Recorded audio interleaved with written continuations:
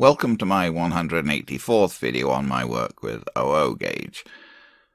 This Sunday I was at the train show in Woodstock, Ontario, Canada, a half-hour's drive or so from where I live, and in this part I'll just be reviewing what I picked up at that show.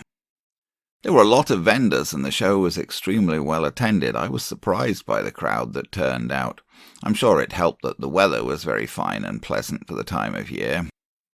Given that this was a Canadian show, naturally most of what was there focused on the history and modelling of North American railways, especially Canadian railways.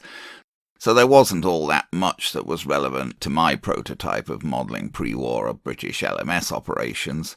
Still, I did come back with a number of items. I took a camera with me, since at the previous show in Breslau I'd wished that I'd had a camera, as there was a nice large Hornby 003 rail layout operating. However, there really wasn't anything of that sort relevant to my prototype at this show, although there were a couple of operating layouts. Quite a variety of scales were represented, from Z gauge all the way up to G scale, with HO naturally predominating. So there was so much on display for modelling American railways, I don't know how people decided what to focus on, but then I suppose everyone has their special interests. For myself, there were only 3 or 4 vendors with much in the way of really relevant items, although I always keep an eye out at these shows for handy items in the way of tools, supplies, etc. that aren't particular to any prototype. You can see here everything that I brought back. Some of these items will doubtless show up again in future videos as I get around to working with them. I bought this old Mrc Controller for $5. Honestly, it was almost worth that just for the old screw attachment plug.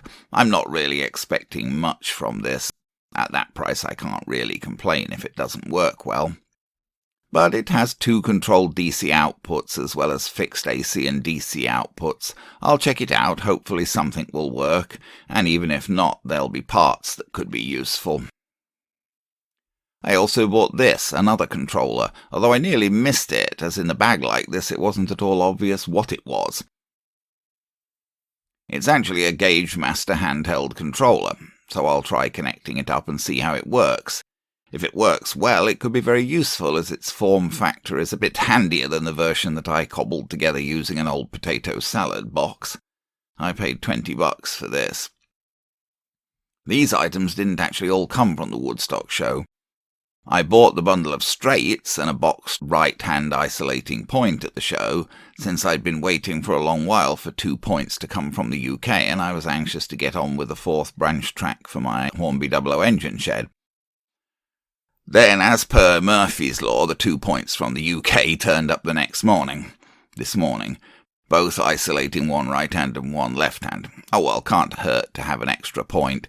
I may end up replacing the point at the left end of the tabletop, as it seems particularly prone to making rolling stock derail. These were just little utility items from British model trains that I'd ordered previously and picked up at the show. I find those Pico Rubbers one of the best things for cleaning track, and I like to have one handy by every layout and even by the test track, so I picked up a couple more. The buffers are for a kit-built loco that I've bought but which hasn't been delivered yet, as I know it's going to need buffer repairs.